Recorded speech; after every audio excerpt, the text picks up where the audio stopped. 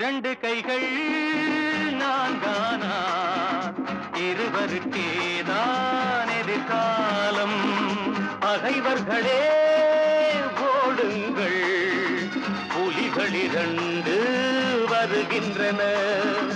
இரண்டு கைகள் நான்கானா இருவருக்கேதான் எதிர்காலம்.